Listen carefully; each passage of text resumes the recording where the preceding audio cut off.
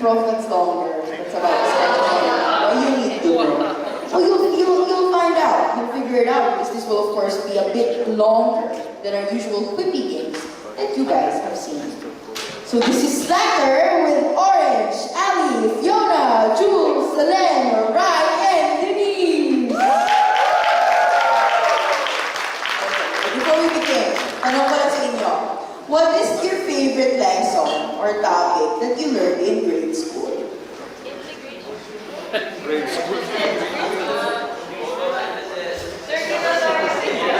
Circulatory system. I got something from that side.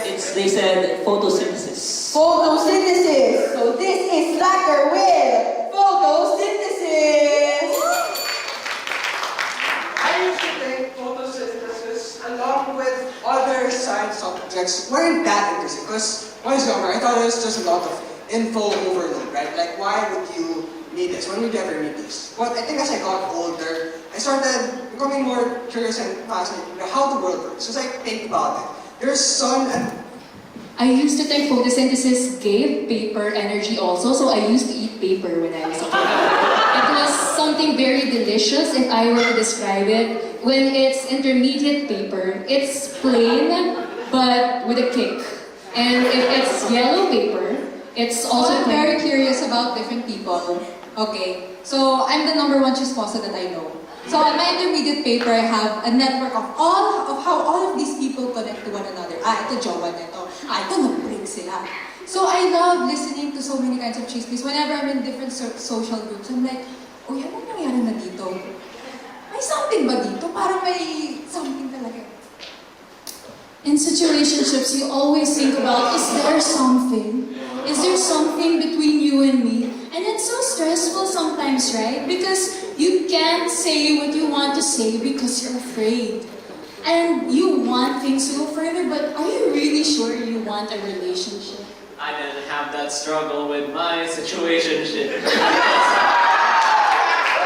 and my partner, we were so intimate and already had that couple dynamic before we even became official. So when it came to it, we were like, wait, are we partners yet? And they're like, okay. And then it just started. So that it was during January when I got with them, and so far, we love each other very much.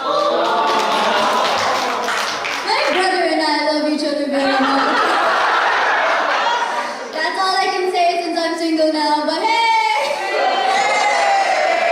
But yeah, I love my brother. He's like 10 years younger than me, and he's like 13 now. And so that means I'm getting old, and now I'm gonna graduate in a few, which is very exciting. Getting old is weird. Even as a guy who just turned 23 a few weeks ago, I'm already starting to feel the weight of questions that I used to never think about. Like, is this a sustainable job opportunity? Can I live off of this? Financially speaking, do I have anything of value that I can give? Tom, I have so many questions. Julia, yan na naman. All these questions. Can you just accept it? You don't need to put labels on it. Oh, I don't need to put labels on it, but then what if there's something more between us? You get it from all those books you read, all those papers that you look at. It's not practical. I love you in the way that I know, but these books are what they tell me what romance is. You're making me so stressed. You're making me eat paper right now. Calm down. I don't need to post you on Instagram. It's because I'm a private person. You know that, right? I'm definitely not. Julia, you're crying again because of Tom. Yeah. Why won't you break up with him? It's been 6 months since you said that we do it. Timmy, how can I break up with him if there's nothing to break up with? I've been taking this class about psychology, and here's what I think you can do. What can I do? What can you do with my brain? It's not what you do to your brain, it's what you do to his brain. Okay? Himself. You need to take revenge on him, Ate. Revenge? But I think that's too much.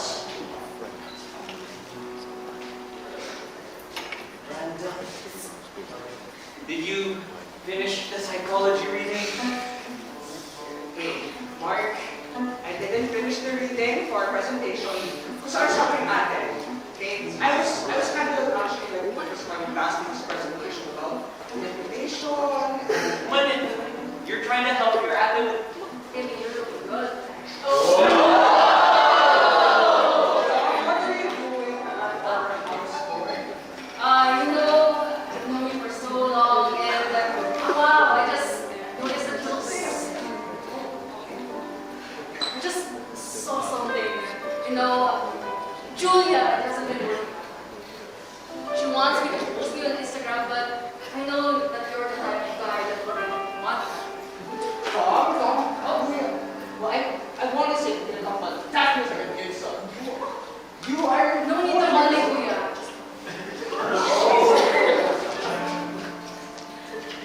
Hey, Tom, it's been a while. Why are you here? Why? Well, I just came to drop off the last of the things. Yeah. Or after mo, iwan sa ere. Tom, it's not like that. You know, of course. It's pointless talking to you, but okay, I have to stay focused. That's so funny of you to say it. After hiding me all those years, those 7 years we were together, not one post and not one mention to your friends. Tom, you don't know, and you're distracting me again. I came here because I'm concerned. You can't go after both Timmy and Julia.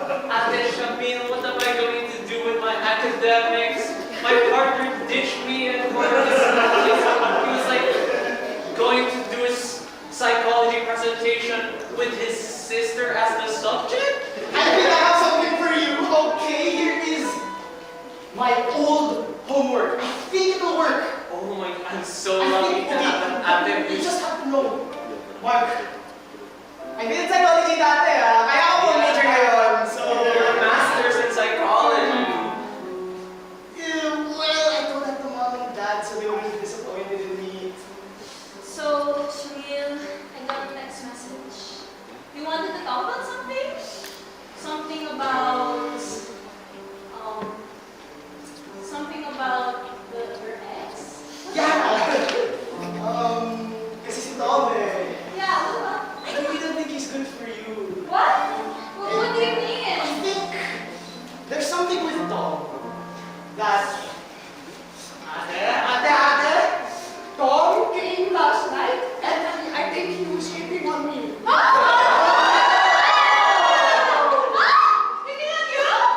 Yeah! But you're like 4 years younger than me. It's not a big deal. I mean, this is fucking scary. And you have to break up with him now. I don't care if you're going to just... Okay, fine. Okay, fine. I will talk to them. But something is right now, but fine. I will listen to you. How are you feeling? You seem scared. You're the one who's getting your brother away from my homework. Sorry, but it's not my fault, you know. He's a grown man now. I think that he has his own responsibilities in mind. Him taking care of me has nothing to do with this. I promise you. But he's your brother, he loves you, so of course he's gonna take care of you. But we're partners and my grade also depends on him. And he directly depends on you. Mark, I need help dito sa textbook. Okay. I don't understand what's happening. Good thing because my sister got her bachelor's of psychology papers. We can reference them. Actually, I don't care about psychology. I have something to say. I've liked you. Dati pa.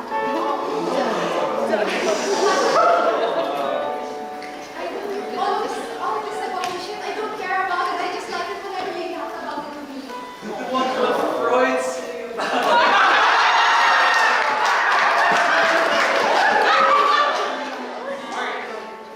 You're 1 hour late to our meeting. You're being mad at me. You're the one who's neglecting our presentation. Okay, fine.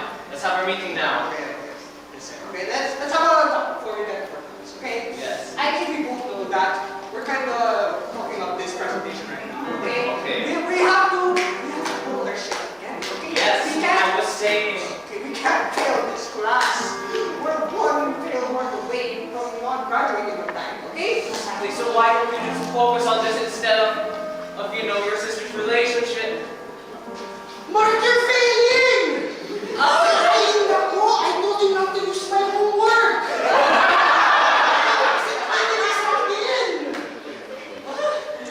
You were always my role model and I thought you were smart, so I thought that there was no errors in your homework. But you Look at this type of paper, Mark! It says communications! Communication! I'm a fucking psychology! Can you take me back? Do anything?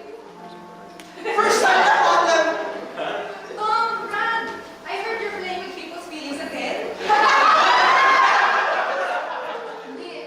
I feel like falling in love. Toga. Si Shamil.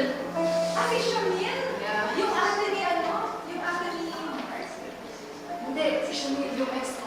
There's too many, I know many.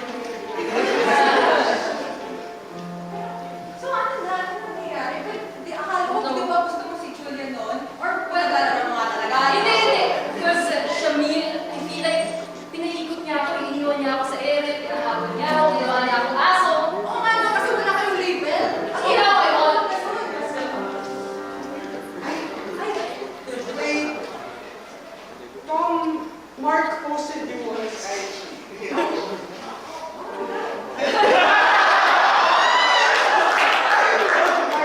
Our presentation. Well, sabi niya naman yung Christian eh. We've been going on a lot of dates, nag-movie kami, tapos sabi ko naman kasi pakita sa psychology niya eh. Mark told you that he's free. He also told you that he's failed in college. Ay, ang hirap talaga yung mga best friends nato. Bad influence. You're distracting me. God. So, wait lang, hindi ko maintindihan yung mga relasyon mo sa buhay. Parang medyo... Okay, Joseph, okay? Okay! You're the only friend I can trust. Kaya nga, alam ko hindi ko sila friends, pero... Medyo, okay. So, si Tom, So si Tom, yung kuya ko, oh, kuya ko, oh, his girlfriend is Julia. oh. Or no, my ate Julia. And then my friend is Mark. We're both being weird because if you see his girlfriend, he didn't get her name, no. Di ba ang hirap, Joseph? Kaya nga. Ang kailangan na natin tandaan is, ikaw, kailangan mong pumasa. Tapos, alam mo, kanina ko pa naririnig si Tom, masamang tao yan eh. Like, You know, he came to my house. He came to our house the other day and started hitting on me. Before you're younger, undergrad. Joseph, I know it's a bit late into the Sabbath, but can you be instead? I can't be with Mark. No, I can't feel it. Yeah.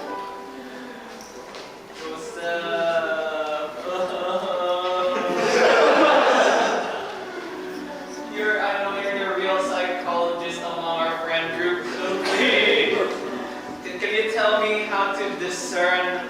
Should I choose my group mate or my girlfriend?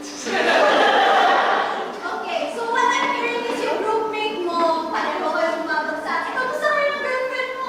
Alam ko yung girlfriend mo. Hindi You lang- heard? Did Mark? You're Mark! You're failing again! Mark, I've seen you with your girlfriend, ha? And all of this time, I you're know. Jojo na lang yung I nakita feel sa'yo! so guilty because at first I thought it was my partners in psychology that was like ditching on me, but now I'm ditching on him. I'm like, Look at this! Shamil, I feel guilty.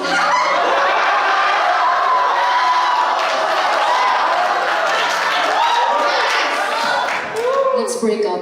Oh! said, we didn't even have a label. How can we break up?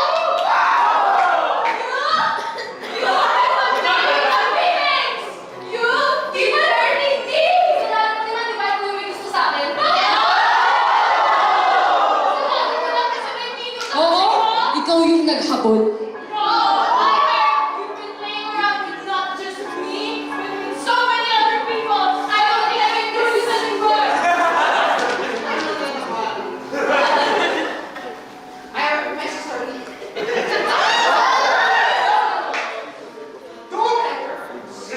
I'm not. God. I'm not. I am not trying to do that. I realize for you. We're not done. Yeah. You're mature for your age. I'm never getting back together with you, Paul. Why did you get that? Alam, lahat ng mga shorty ko, iniwan ko pa ako sila.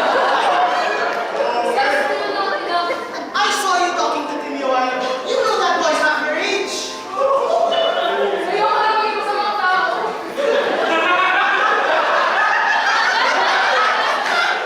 Thank you for going to me, your trusted, your psychologist. So, I did this kind of behind your backs, pero I went out and like talked to your friends. It's kinda unethical, but go on. Babe, if I'm unethical, you're messy. So what I'm seeing is, you're a chronic dater. Hello, my favorite psychologist, Joseph. Okay, so balik ko ngayon, and I'm having really so much fun with my boyfriend. And he really left everything to be with me. Kendra, I can't focus on this anymore. You can't leave me!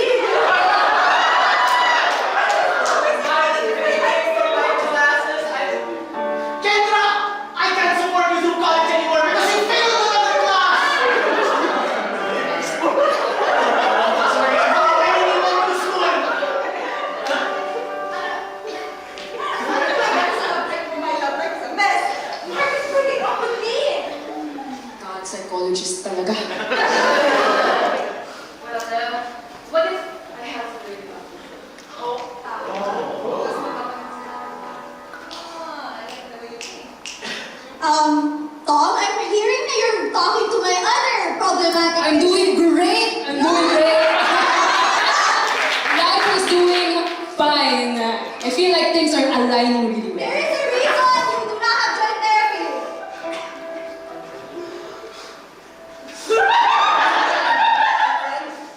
I'm a bit worried about Mark. He's been crying in class. He always leaves early. And then I see that the guy Tom, and then that girl Kanja. I see them talking. I see it too. They're both my patients and So, ano na yung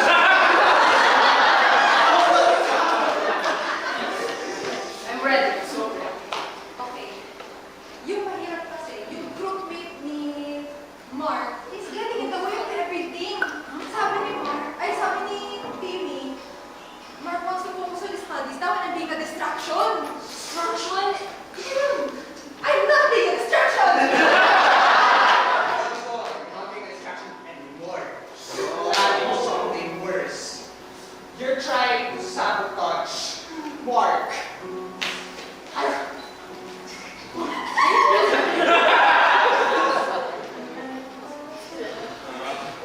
I haven't been the best sister here, have I? Sorry. It's whatever. I have to finish writing this paper. I'm satisfied with literally anything. I think you got it right that time. Folks, You're a calm major house. Kendra told me that. Okay, what did she say? Well, you know how you were together before, right? You're not giving that up, are you? Well, I also prioritize my academics first. What's that? I'm a student first and foremost. I went to college before I got a relationship. Gusto mong graduate ng single?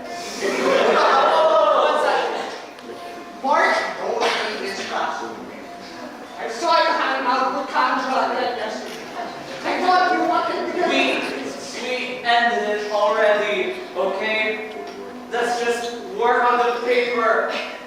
The deadline is tonight. Okay. We're heading to the library right now. No disruption, okay? If you see Chandra, you don't talk to her, okay? Yes. Okay. We have to restore the film room. Okay.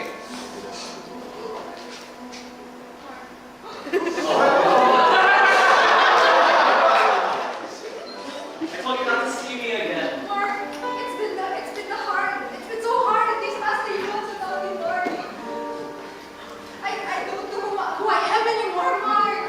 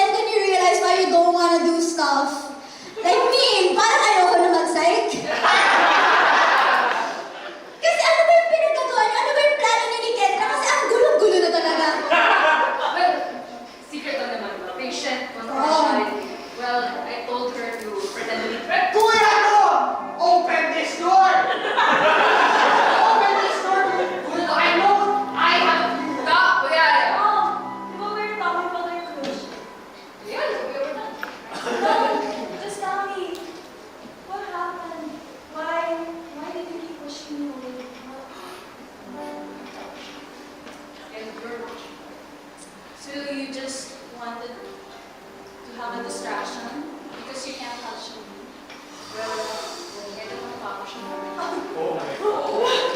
Well, I hope you'll enjoy this. Oh, I will. When you see Shamil's face as she kills you.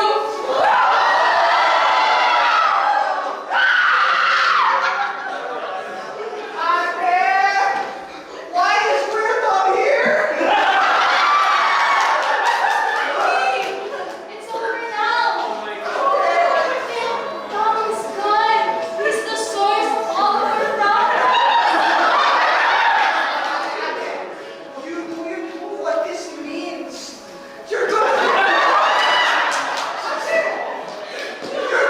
hard for life. Well,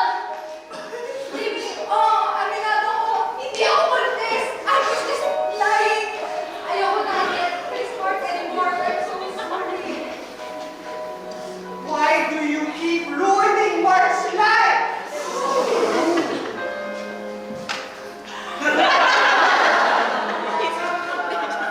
I got news. Yes. Kanja's pregnancy. It's not real. You mean it's not real? It doesn't matter anymore. We failed.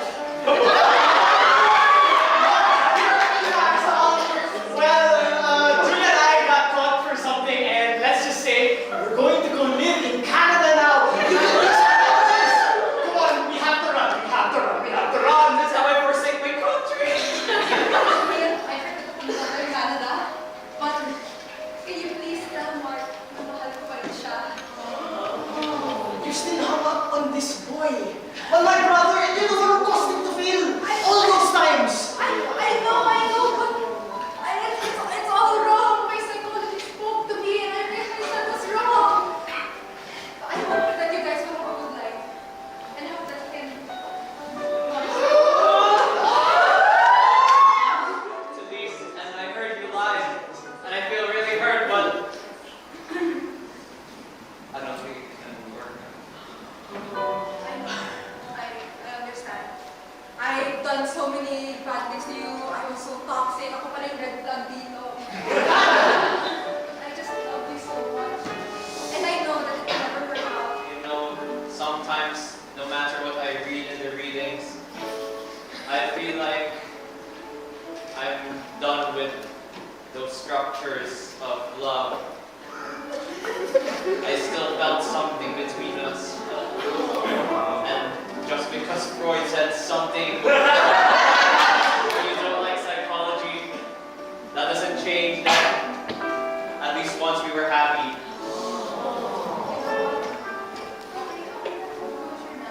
Like, I'm happy that I brought joy and you brought so much joy.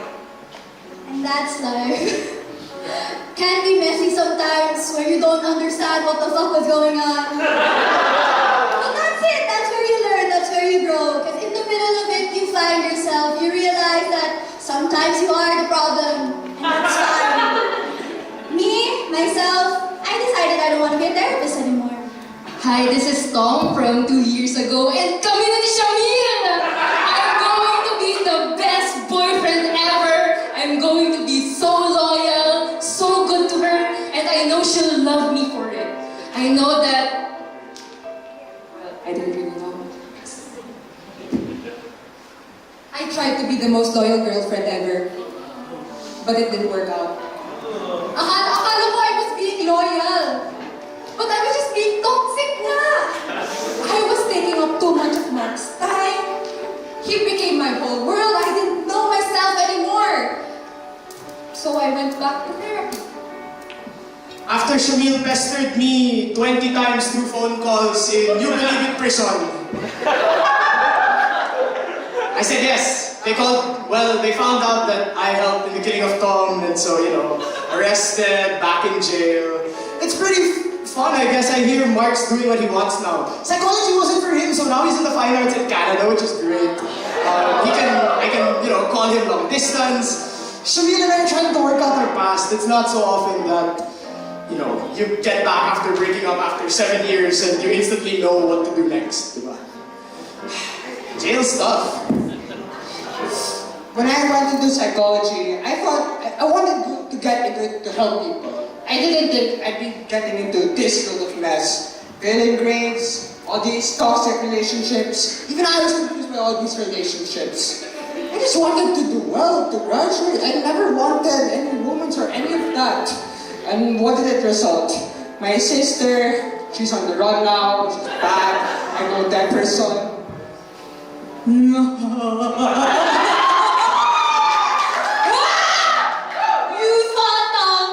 thought that I was just a weak little insect that you can play around? Well, no! I showed my strength to you that you can't play with people like that. But I should go to therapy. This is your PSA to go to therapy.